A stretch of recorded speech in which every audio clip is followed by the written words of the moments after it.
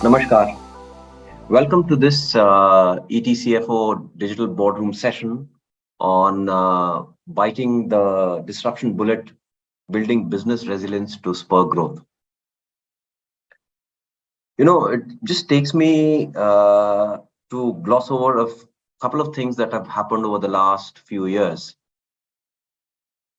There was an article which said a particular company which was dealing with candies got disrupted, not by another candy company, but by digitization of payments. There's another car company which said they got their volumes got hammered, not because another car company came out with a better car or because of EV, the electric vehicles, but because people started investing in SIPs. Now, if you look at these things, what do they tell you? That your business can get disrupted by things which are beyond your imagination. Third one, COVID, a black swan event. We don't know how it came. Right? I mean, we can have theories, but it did impact businesses, right?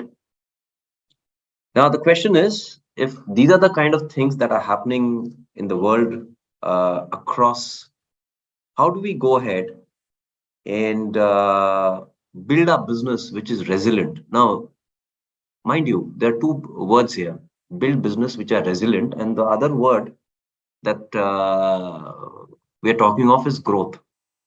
Now, resilience by itself does not mean anything, because if you want to become resilient, you need to become resilient to achieve something. So obviously, we need to become resilient to achieve growth.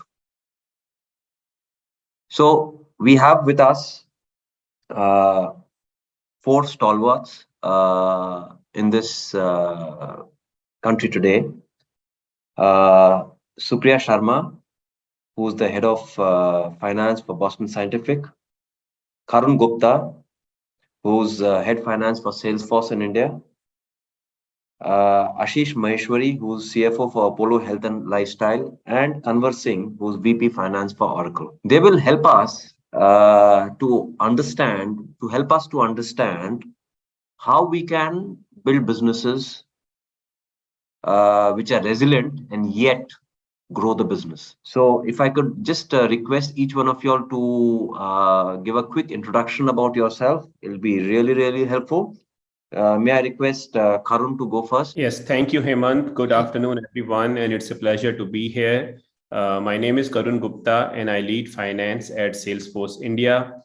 Salesforce, as some of you may know, is the leading enterprise company which provides AI-led CRM solutions which enable companies to wow their customers.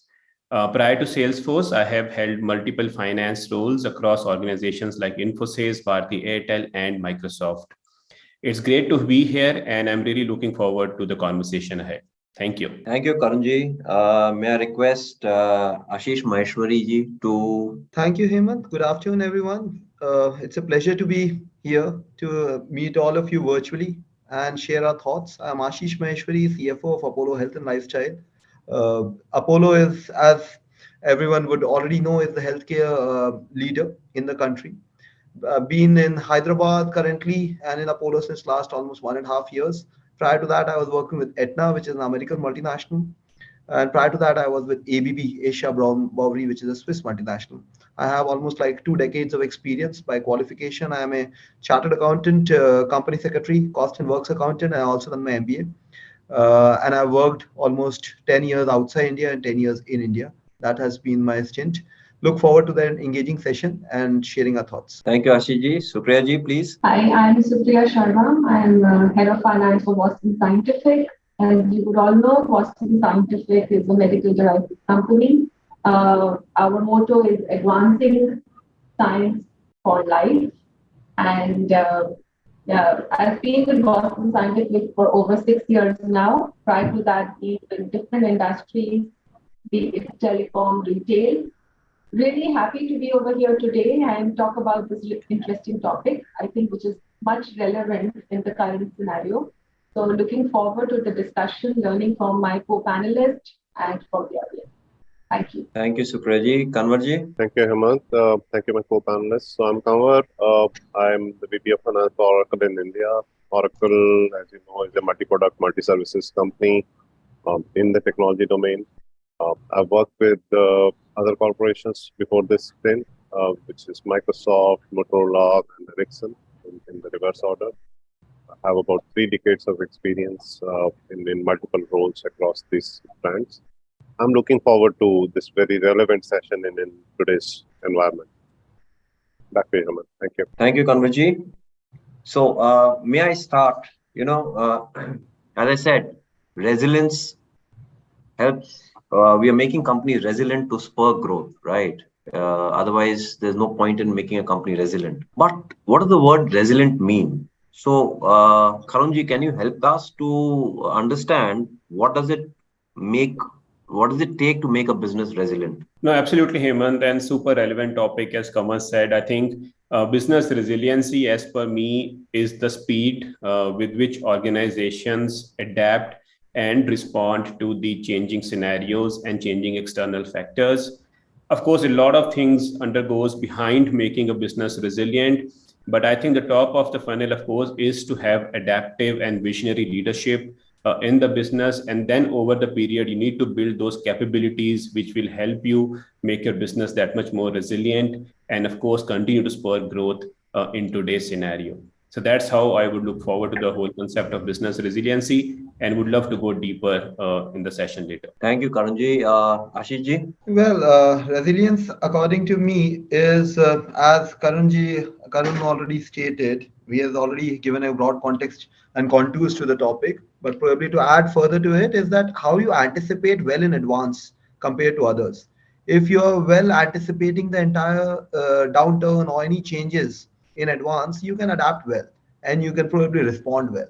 So, and that's what makes the difference between different companies. The companies which think ahead of the curve are the ones who get moving. So that's what is resilience for. Thank you, Ashishji. Supraji? Yeah, thank you. I think we've already touched upon the relevant topics on resilience, what makes a company resilient. I do agree adaptability is a very important aspect of it. I think it is well established as per the theory of evolution that the survival of the fittest and the person who preempts these changes and adapts well to it is the organization which will thrive in the long. So I would want to add over here that we have seen a lot of disruption in the world, and I would say it is around 200% from the year 2027 till now. Be different factors. So I think the real important aspect for organizations here is to adapt to these changes, have an open mindset, a growth mindset, and at the same time ensuring that we have the financial resources or the discipline to take our organization forward. And as you rightly said Hemantji, that being resilient is not enough. It has to spur growth. It has to bring an outcome for the organization. So managing your resources properly in adversity to bring out the best for the organization in the long term is what I would say is very, very important. Thank you, Ji.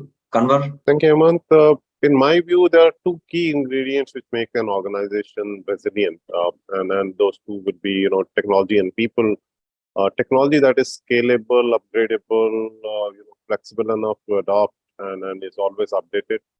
And people, ultimately, it's people which mean the organization, which drive the organization. And if the people are resilient and adaptable and are unlearning and learning newer things, then that obviously reflects on the entire organization structure. So those are 2 big ingredients, in my opinion. But obviously, there is a devil in the detail, and I absolutely agree with whatever has been said by my co-panelists so far. Thank you. While y'all were all talking, it reminded me that we only talked of external factors. Could there be, so the food for thought is, could there be internal factors also to help us, may inhibit us from becoming resilient, and do we need to address it? A. B. Now, if I draw a parallel to that, you do have in our history, you do have Bhagwan playing the role of a facilitator, trying to get Arjun in Bhagavad Gita to adapt both and his internal environment adapt to the external environment, that is the battle of Kurukshetra. So those are the two things I think we could ponder on. While we go to Ashish ji, could you help us to understand how can a business assess its current level of resilience and identify areas that need improvement to spur growth? So thanks, Hemantji, for starting and kickstarting this discussion with this question. It would definitely set the ball rolling. So first and foremost, we already discussed about what resilience stands for. What are the current level of resilience is something which the company needs to assess, and it has to develop internally and see what could be the potential factors which can actually lead to any kind of economic downfall, if at all, if the situations unfavorably change. So once you start assessing it, what are those parameters needs to be seen while you are doing going in that direction. Example, for they generally, when any downturn comes and when any unforeseen situations arise, then they can be financial risks, they can be operational risks, they can be any kind of legal risk, and eventually that all starts biting into the company's overall bottom line and overall financial prudence and the financial portfolio, leading to its significant downturn, which can actually happen. In the last event of COVID, which was actually very, very unforeseen, we have seen, and which you touched upon in the beginning of the conversation, we have seen that there have been many organizations who have actually slipped into complete oblivion when the entire COVID thing started, and they have all completely, many of them have completely disappeared because they were not able to sustain. So, but on the contrary, you would have also seen that there are many organizations who have sprung into action and their growth rate have been fastest in COVID. Actually, when you look at the stock market indices of, let's say, NSE and BSE during the COVID period, there are many organizations which have the share prices have really gone up significantly, and we have seen the adverse also. There have been many other companies which have actually plummeted completely down. So what is the difference between these two companies? It's very easy to probably think that maybe there were few companies, the ones which have had an economic upswing, probably had products in their portfolio which suited COVID, and the ones which had actually the economic downturn probably did not have products. That would be a very simplistic way of looking at it. Simplistic way of looking at it. Probably the reality may be slightly more than that, and that's what demarcates these companies. How do we assess it? As an example, in case if there's a conglomerate, and I would just continue this topic that we started. If there's a conglomerate who is in diversified industries, doing it, let's say they're doing petroleum, doing infrastructure, doing any kind of other IT related solutions, etc., etc. Right? It's a conglomerate. In case those companies before COVID, just continuing in the same analogy, before COVID, they anticipated at the end or starting point of COVID, that when the first lockdown happened, they anticipated that probably could sustain for a long time. And when they anticipated this, they started inventing or they started investing in the IT solution part of their business and not on the infrastructure part of the business. So what eventually happened is when the COVID continued, the IT element and those software and hardware element which they were operating in completely overturned, and they just made a lot of massive income out of that to even offset the entire losses they had incurred on the infrastructure side. How did they do it? They did it because they, during the time when the initial impact happened, they assessed all their building blocks. So the first criteria for making a change is to assess your building blocks. You first demarcate what all are your contributing pillars to your overall business fundamentals. If you look at your contributing pillars, you know which ones can fire and which one cannot fire. Because second step is to assess that in the near future, what could be the tenure and the frequency in which you anticipate this entire downturn to continue. Now, this cannot be done by any kind of scientific accurate exercise, but it can be done based on historical measures, how it has happened in the past, and probably anticipating and taking some assumptions to see as to assuming if it is a 6-month window or 12-month window, how can we sustain during that period. Third, once you have done that, you have to actually start thinking of your entire cost base ahead of everyone else in the curve, because market opportunities are very limited. The demand and supply equation, as we all have studied in economics, always takes a complete toll on the entire aspect completely. So once you are assessing that this is the particular downturn that is continuing for, let's say, a predetermined period or a specified assumed period, you need to assess the entire cost during that period, and you have to also assess, compare with all your building blocks, that what could be the revenue that would be coming from different building blocks, where you would be losing and where you would be gaining. And then you have to measure your overall cost benefit analysis and measure and look at your overall gross profits and EBITDA levels to see what should fire and what cannot fire. So the companies which are successful think of this ahead of the curve. They cut costs ahead of the curve. They do the anticipation and demarcation of building blocks ahead of everyone else, and that's what makes them successful. And these are the ways by which you can actually assess all the parameters of the current level of resilience. And if you start doing all these 4 parameters, that can actually spur the growth. And this has actually worked, and there have been many examples since we have just recently come out of COVID. We have seen multiple examples where companies are at their all-time 52-week high in their share valuations, and there are many which are at the 52-week lows. So probably this is what has differentiated between the two. That's how I would cater to this, if that helps to answer Hemantji your question. No, thank you, Ashishji. I think it's brilliant the way you put it, that how we need to stay ahead of the curve and keep on looking at as to what is coming around the corner. I mean, the first principles of driving is when you want to take a right turn, you go extreme left, and especially if the right turn is, it doesn't give you clarity, you go extreme left and look diagonally as to what is coming. So that's exactly what you said. And thank you so much. Karunji,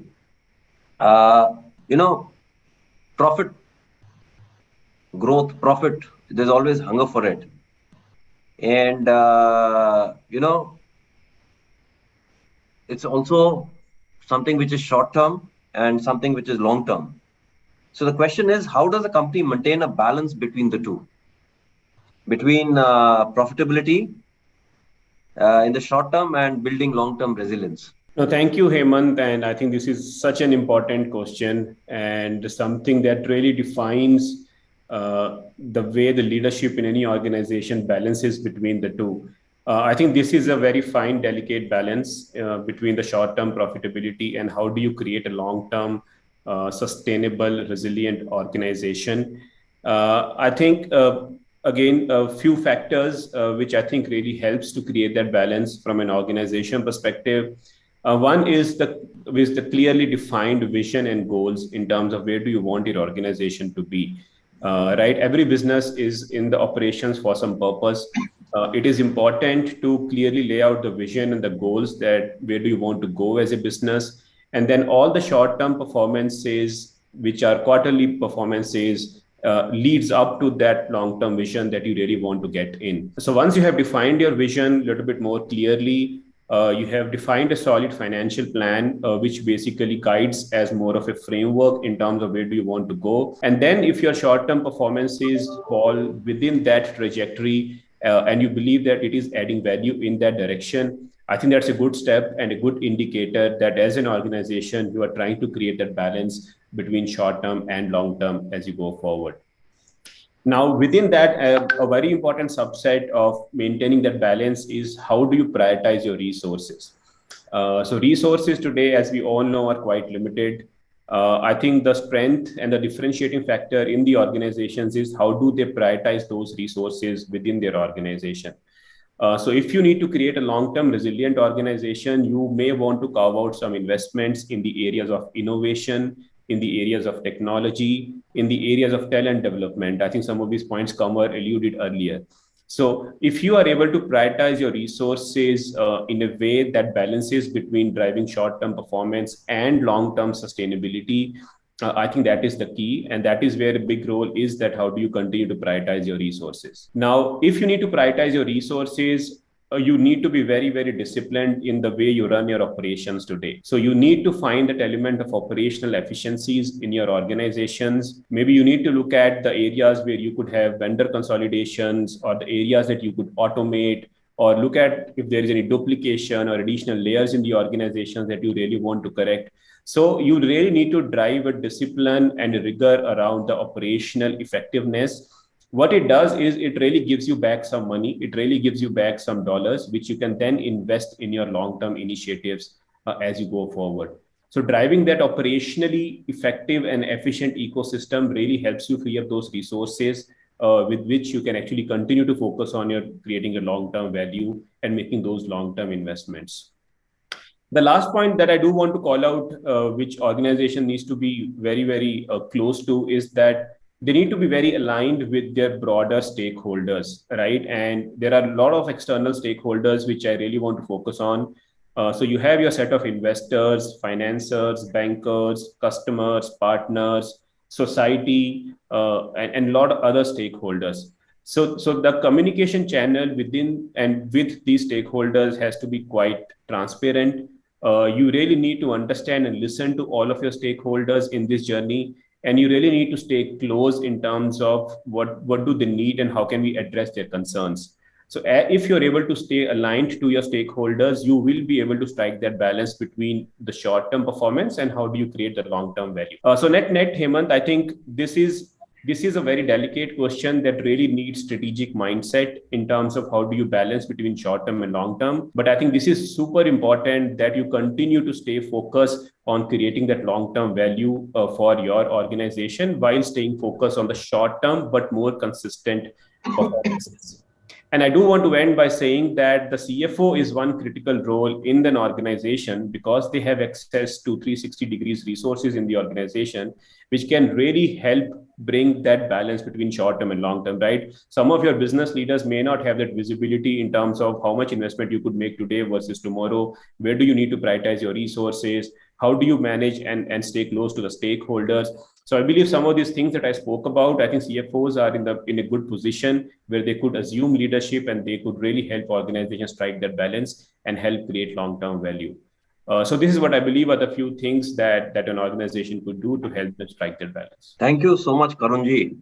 But you put me in a quandary because you have stated that resources is or managing resources is one of the key pillars of balancing the long term and short term. But मुझे जो पता है is the fact that diversification is the key to building resilience. I mean, that's one of the tenets at least. Okay.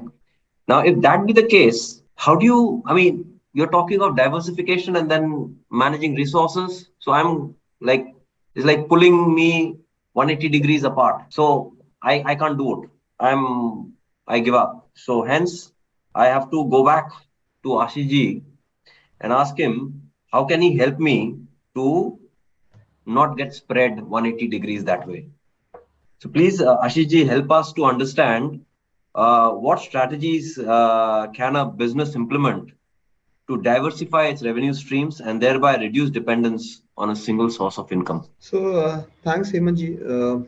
So before we actually step into that question, firstly, I would also like to probably talk for a few seconds on what diversification actually is. I don't know the audience set here in terms of who all are, probably they would be from diverse backgrounds. So probably some kind of input on that would be probably helpful for all the stakeholders who will be attending this session. So firstly, as the name diversification says, we should be looking out for opportunities in different areas to make sure that the dependence on one area is limited, to put very simplistically in simple words. So as many people might have heard in during the school days, college days, never to put all the eggs in one basket. So that's what diversification is. Means don't put all your eggs in one basket. Try and keep it in different baskets So assuming if one basket goes for some kind of an issue, gets something gets rotten in one basket, the others stay unaffected, and you are able to sustain. So this is simply what diversification is. What could be the strategies to diversify? A very interesting question. So and I would just first I will tell the technical, probably technical jargons, and probably what all those strategies are. But then I would also simplify it just to make sure that how can we make simple sense out of all what we are talking about. Number one, there can be three types of diversification strategy broadly, in my view. One could be, let's say, concentric diversification, then could be conglomerate diversification, and then can be horizontal diversification.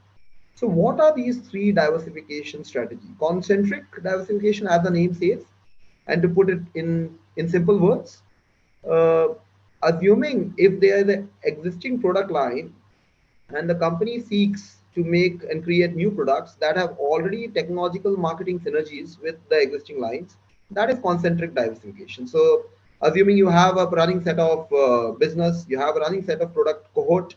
In that product cohort, you are introducing new products with the same technological aspects, with the same features, etc., but just a new combination, new product. It's like having the same pizza but with some slight different topping, to put it probably in much more simple words. So that is concentric diversification. Generally, many companies, whenever they think of diversification, they generally move in this stream itself because it's one of the easiest to implement, because the building blocks, the entire set of your product features in the company, your existing resource set, your existing people are all accustomed and acclimatized to perform this. So this is concentric diversification. Second, which is probably slightly more deeper, is conglomerate diversification. What is conglomerate diversification? As the name says, it's like searching new products that could appeal to its existing customers. So the products can be new. In the first one, we spoke about different products having but similar features. But in this, the products are new, but the customers are the same. So any company needs to identify what is the exact customer segment they are targeting. If the same segment is being targeted with new set of products, that is conglomerate diversification. But the new products can be technologically unrelated to its current product line. It can be a different product, but the customer set is same. So the buying propensity remains the same because we are targeting the same customer set. This is the conglomerate diversification. Many companies attempt this as well. This is the second line of what companies can pursue in. The third strategy of diversification is generally something which is not frequently attempted by corporates and organizations, which is horizontal diversification.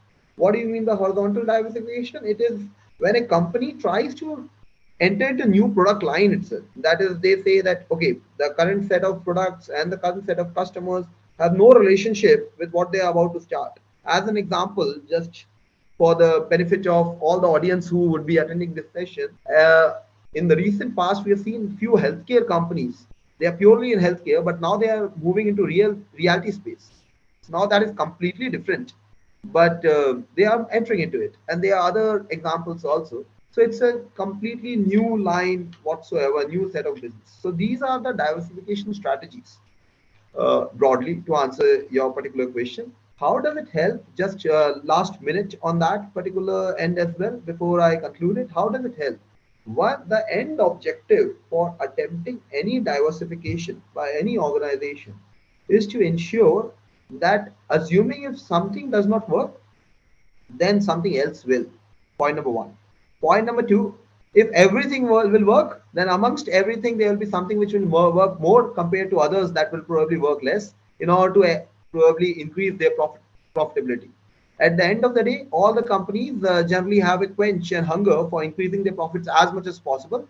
And the second element, and I'll just relate to what Karun was talking about, the CFO's critical role. The second element is completely related to what CFO does, because generally, let's say if the company, in an attempt to increase profitability, the generally sales folks would keep on adding new diversification strategy, but the CFO at that particular juncture would also anticipate that maybe these diversification strategy may not work, and hence he would like to hedge it. That, let's say if something else doesn't work, let's hedge with something else, some new other product line, and that's actually also part of the strategy. All boils up and all actually boils down to one simple thing: how do you say put and how do you make sure that you keep on continuously evolving and evolving as the overall economy continues and goes for a transformation, stay ahead of the curve, and also to make sure that assuming if something, one particular segment doesn't work, then you have backup options, because if you don't, then you will soon bite the dust. And that's actually the key essence of diversification strategy. Thank you, Ashiji. You're really stretching my gray matter, I must say. Now, your one word, hedging, has made me think that hedging money risk hota hai, and if there's risk, then obviously we need to mitigate that risk, right? So, Kanwarji, can I come to you and could you please help us to understand if there are risks associated with growth, how does business go ahead and manage these risks? Thank you, Manji. Now, risk is such a widely prevailing term that if we just start discussing risks, we could be here for the entire weekend here, and that I don't want. So I'll kind of zero it into what is a potentially a risk that can impact resilience of an organization. That being the broad topic that we are discussing. And I know I'll just divide it into three broad parts, and again, technology, processes, and people. When we think about risks to growth plans or risks to resilience, one of the key factors that has come into play in the last couple of decades, and I'm not saying it didn't happen earlier, it has happened much more in last couple of decades, and it's happening much more in the last 5 years, and will probably happen at much more rapid pace over the next 3 years. We have seen technology really driving newer business models, more efficient business models, and that in itself becomes a risk to businesses and corporations who are not up to the mark as far as the technology is. Second aspect of technology also is that we all live in a very connected world. We all live in a very cyber world. Whether it is our handset or whether it is our individual machines, or whether it is the corporate servers, or whether it is the corporate data, I think whether it's a cyber fraud or whether it is a hacking incident, all of those aspects point to one common factor: that how do we mitigate the technological risks in our businesses? We have had situations in US where a large financial institution faced humongous financial risks because some of the data that they had was made public, and it was made public because they were running bits and pieces of technology all around their enterprise, whereby not all bits were secured. So they knew they can secure it, but because it was in bits and pieces all across, it hadn't been secured when that incident happened. Huge loss of market as well as public trust per se there.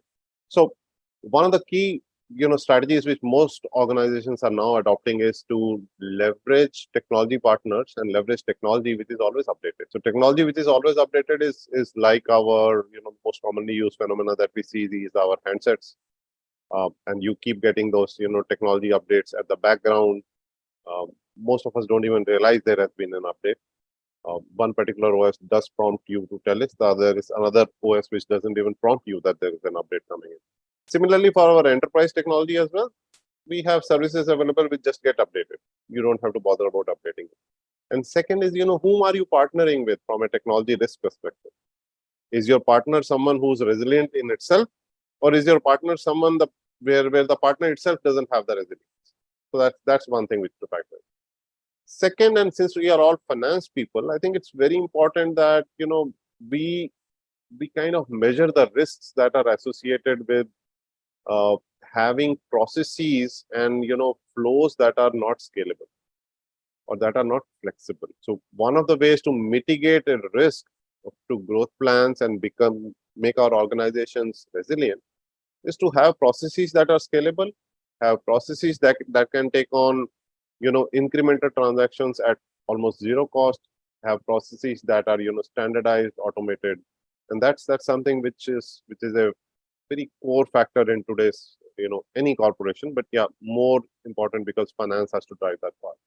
Third, obviously, people, and I think since my fellow panelists have also been speaking about it, I won't emphasize more on it. I think it's just people who ultimately drive the businesses, and the more we have people who are unlearning and learning new things, who are aware of situations, the better we can anticipate what is coming in, and the better we are prepared to handle any exigencies as and when they happen. So those are three aspects that I will highlight here at this stage. Thank you, Kanwarji, so much. Ultimately, I have always believed that it's people, people, people. And to that extent, Karunji, can you help us to understand, retaining and attracting top talent is important for long-term resilience. What kind of strategies can we adopt to ensure this? No, absolutely, Hemant. I think people, if I look at the whole talent piece, is the most important strategic asset that any organization have or has, right? And that really defines your competitive position in the marketplace, which is your ability to retain, attract, retain, and develop best of the talents that you would have. So few things which I think really companies, are working on. I think the first, which is really important, is the whole culture aspect of any organization. I think the culture to me is that softer undercurrent which runs in the organization, which really enables all its employees to bring their best self to work. Now, culture is not something that's so easy to measure, but it's more that you could feel once you are in an organization. And what I mean underneath is that culturally in your organization, how are you creating that environment where people are free to voice their views? Are people, are you encouraging the culture of innovation and risk taking, which I think is important because we're talking about resilient. And I don't think we can build a resilient organization if we don't encourage people to take risks and drive innovation in the organization. So you need to create a culture which really encourages collaboration. I think the need for collaboration amongst different teams have never been greater. And it is really proven that the more you collaborate, the more you multiply your results and impact that you really need to go after. And the last thing is that how are you really driving a transparent culture within an organization? So the whole point that I'm trying to drive is the culture is the enabler in any organization. A lot of heavy lifting in this area has to be done by top management, who really has to walk the talk when it comes to creating a culture of collaboration, transparency, accountability, fun, respect. And then it really cascades down to the entire organization and the people to follow. And we have seen that employees want them to be connected to an organization which has a very strong core and culture and very strong set of values at place. Now, as I said, culture is extremely broad and wider term, which is not typically always easy to measure in terms of how it is. So few steps I will try and break it down to see which can really create what it means to have an engaging and motivating workforce. I think the first and underrating thing as per me is that how do you build managerial capability in your organization? If you look at any employee, the first interface to the organization is always their managers. And there have been enough surveys which shows that people leave because of their managers most than they leave for any other reason. So as an organization, I think we need to really have a very focused approach towards building managerial capability. We need to make sure that we are creating coaches which can really lead the teams with empathy and compassion. And we are really building that capability amongst people to lead people. And it is a skill. And I don't think it comes naturally to many. It is something that we need to build. So the point is that how consciously you're creating that managerial capability in your organization is really going to define and have a broader impact across the ecosystem that you work at.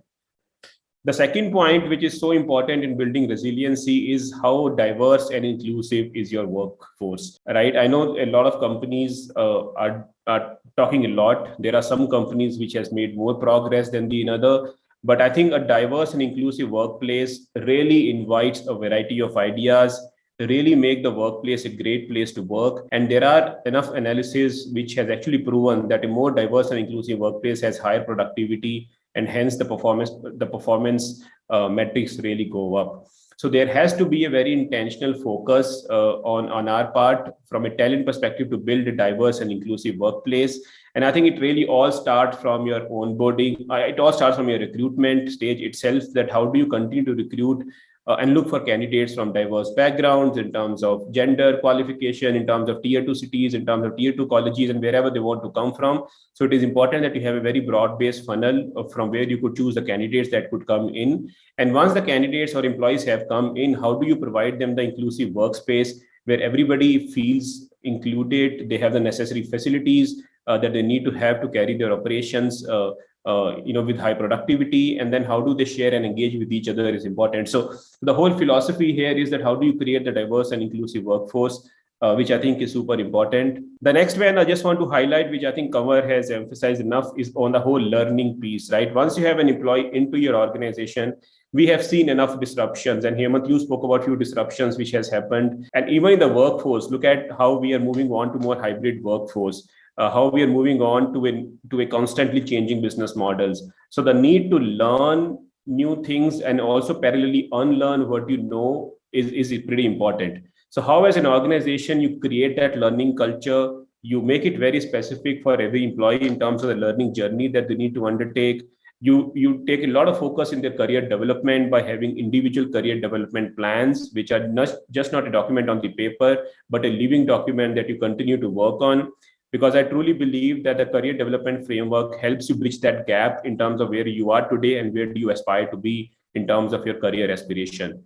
So I think the whole learning and development focus that you need to have in your organization has to be very specific, and you need to make sure you provide employees enough space, enough environment, and enough material for them to continue to focus on their learning journey, both on the functional aspects as well as on the softer aspects. And just the last point in terms of managing the talent piece, I think, is the whole productivity. Once you have people on board, we have seen enough people getting frustrated if there are too many tools and technologies that they will have to deal with. And I know, again, Kamal briefly alluded to that. So the amount of technology and the tools that you give your employees to be effective, to be productive, is super important. Because at the end of the day, you would not want your people to really get frustrated out of or get overwhelmed with too much which is available. So how do you invest in the right tools and technologies? How do you really make them productive? How do you create that environment for them to leverage technology in a way that can really push up their productivity as they go forward? So I think if you do some of these things, invariably you will end up creating a very motivated and engaging workforce. And I think once that is in place, talent, as we have all seen, is going to be your biggest capability if you really need to navigate and create an organization which is resilient and spurring growth. Okay, thank you, Karunji. Very informative. You spoke of culture. And there's an old adage which says culture eats strategy for breakfast. Now, having said that, you also mentioned that culture helps to build innovation. That brings me to Supriyaji. Supriyaji, can you help us to understand how can a company foster a culture of continuous innovation amongst everyone, including employees? I would say very relevant comments earlier by my co-panelists. So I think this is a really important aspect.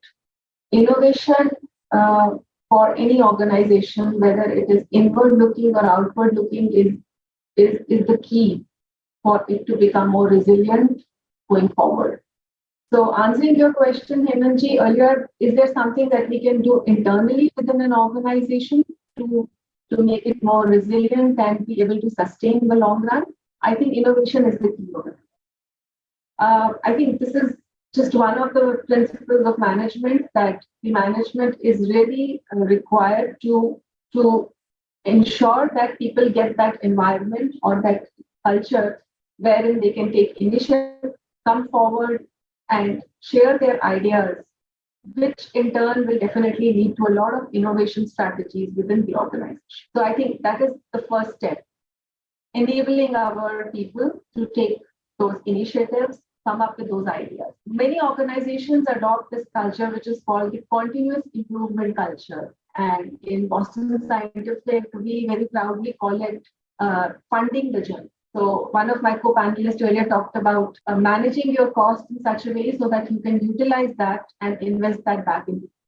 So with these ideas, with these innovations, an organization is able to do exactly that and ensure that we are investing in the right place so as to improve the efficiencies of the organization in one way and also increase the revenue for the organization.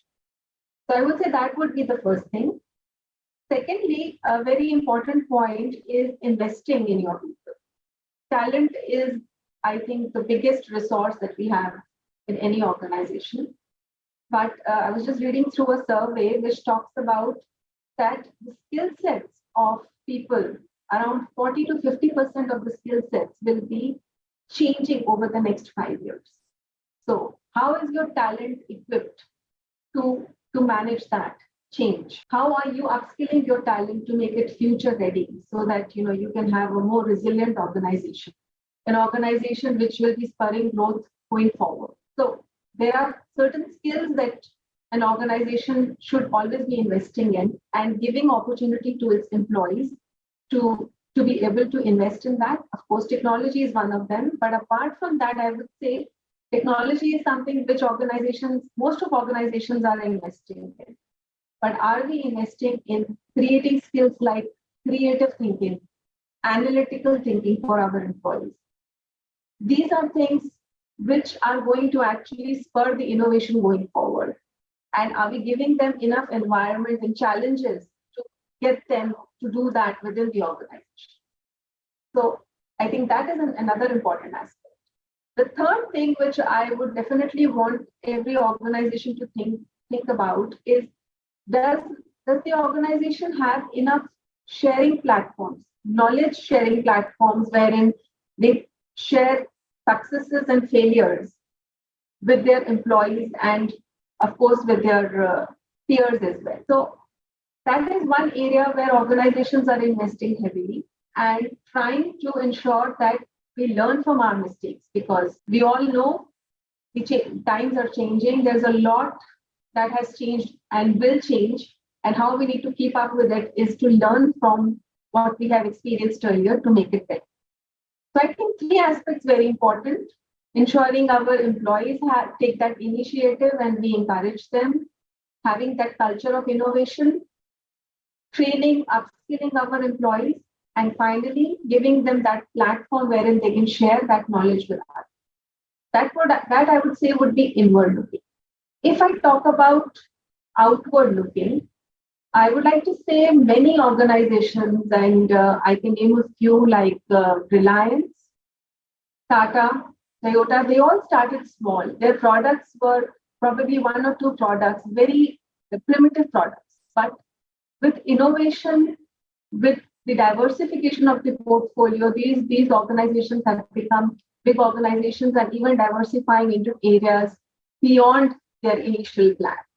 So I think on both sides, it's important to keep thinking, having that mindset to change things, to constantly challenge, and that eventually helps the organization to grow and become more. Anything you want to add here, Hemanji? No, thank you, Supriya-ji. I'm cognizant of time, so I'll just come back quickly to you that, sometimes we are all guilty of thopoing ki meri strategy ye hai, and that's how I'm going to go to my customer. Okay. I mean, he can take it or leave it. But in today's day and age, when customer is king, how do you ensure that the companies align their strategies to what the customer wants as opposed to the reverse? That's a very important aspect. Sometimes we know our strengths and we go and tell the customer that this is what I can do, these are my products, rather than focusing on what is the actual need of the customer. So it's all very easy said than done that, you have to focus on the customer's needs, but how would you do that? There are various ways in which you can do that, and organizations are adopting that, whether it is for internal stakeholders or for external stakeholders. So surveys, you can try to understand what is the market, the preferences from the market of your customers, and build your strategies and your processes accordingly. And that eventually will help you to come up with a strategy which is a win-win for both the customers as well as for the bank. So I think really important key aspect over there. One example I like to give you, and I'm also mindful of time. I know we have certain questions also lined up. But in 2002, Boston Scientific took a decision to start manufacturing batteries which are used for our products. So they came up with Endura-like batteries, which were, manufactured in-house in Boston Scientific and utilized that for our products. And the reason for that is because we got feedback from our customers that the product is good, but probably the battery life is not commensurate with the product. So I think these are smaller things which you take a feedback from your customer, incorporate that into your strategy, and then it helps you to grow your business further. I'll end over here. Anything else on that? Please feel free to add. No, thank you, Supraji. Quick one, Kanwar, to you is, whatever we do, ultimately communication is very important. So how do we ensure effective communication to all the stakeholders, including investors, customers, employees, so that we can build trust and confidence in them? Thank you, Aman. Super critical. In fact, communication is not just important for corporates, but even individuals. And I think when we hire people, we look at people as to how effectively they communicate. So I'll just quickly go around, on this question. We live in a world where transparency is valued. We live in a world where everything is on 24/7 into 365. We live in a world where we have key influencers, whether that is an analyst who can influence investors or whether it could be something else. I'll just pick up an example to give you the effect of communicating and positioning things right. Let's just pick up the example of Tesla. Now, Tesla, as we know, has been a market leader from a Wall Street perspective. Tesla, all of us would realize, manufactures electric cars. But anyone who's listened to Tesla's, investor conferences and how they position themselves, Tesla does not position itself as an automobile company. It positions itself as a clean energy company. End result, while Tesla manufactures about 1.4 million cars, Toyota manufactures more than 8.5 million cars in the same time period. Tesla's market valuation is at more than 800 billion, and Toyota's market valuation is about 225 billion, rough and tough numbers. So a company which has communicated its strategy so very effectively, anyone who's been following that company would realize how effectively they have communicated about how they are making their batteries more efficient, how they are making their electric motors more efficient, how they are coming up with products that are innovative, how they are in the business of a clean energy management rather than just being an automobile company. So I would give credit to Tesla as an example for effectively managing communication across multiple stakeholders, driving much better valuations than any other corresponding vehicle manufacturing company, at least. So I know we have paucity of time, so I'll just pause there. But any additional comments are welcome. Thank you. Thank you, Kanwarji. We'll take a few questions. The first question, anyone can take this question, that when you have limited resources, how do you ensure that when you have limited resources, actually diversification could become a problem, right? Because you cannot diversify too much. So how do you handle that kind of a scenario? Well, if I may take this. So Prateek, I've just seen your question. I've heard Hemanji also spell it out. Simple element is that whenever you are starting any kind of business, since you mentioned small companies and a startup company, there has to be a proper 5-year or 10-year or a future-oriented business plan. When there's a business plan, in that you actually estimate the kind of capex or the kind of cash flows that would be required in order to scale it up to the kind of level that is required. initially for any startup or a small company, diversification is not probably the starting point route. Diversification is mainly attempted for more mature setups. For startup companies, you have to initiate with one segment which you believe will be turning out to be strong and profitable for you. Once you identify that, you have to focus your funds and resources for into that specifically. Build your internal accruals more in that particular segment. Once your internal accruals comes into play, then you probably use that to start and diversify more. And once you have a stable EBITDA or stable profitability, it's only at that juncture you can also attract more funds or debt infusions. And while going through the entire process, you have to make sure that you keep a delicate balance between debt and your equity, and that's how you can probably start with. Thank you, Ashish ji. If we can move to the next question, how can we do get talent management going, considering Gen X or Gen Z actually are prone to shift companies, uh, you know, at a quick pace. No, in Okay. fact, let me just, sorry, Supriya, go ahead. Go ahead. No, quickly, I think I will just start. I think if you look at the Gen Zs and the millennials, I think few things that in my experience have really stood out is that they truly value companies which has a pretty strong culture and which has pretty defined values. So it will come back to the point that I started with, that how do you enable an organization with a very strong culture and values is, I think, is important, because I have seen that being quite preferred by the Gen Z, because they really truly want to associate themselves with the companies which really have pretty strong set of values as they go forward.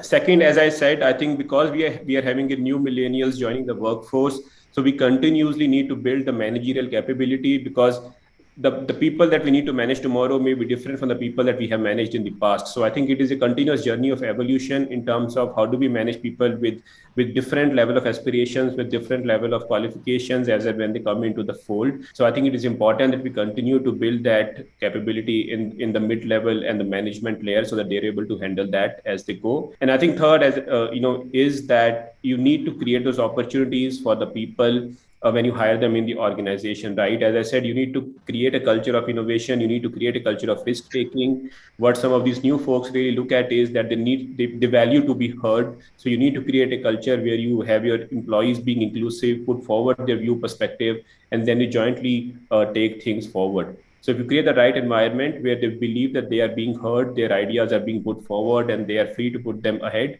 I think it's really helping us manage millennials as we go forward. Just one sentence to add here. I think if we can help millennials and new workforce build competencies that they perceive are the competencies for their future, then they tend to have a much longer association, and they see it as a learning opportunity. Yeah, back to you. Thank you, guys. We are bang on time. And thank you, all the panelists, for a very insightful session, and all the participants who logged in virtually. I sincerely hope that we have been able to add value to your learning opportunities basis our experience. So if I were to sum it, or at least what I take away from hearing all my co-panelists, is simply look ahead of the curve, or look ahead of the bend, if you may. People, culture, and ultimately manage resources. That's what I am taking away, that if we can do this, hopefully we'll have a resilient business which can withstand shocks, and we can have a profitable growth coming in to each of our companies. So thank you so much, guys.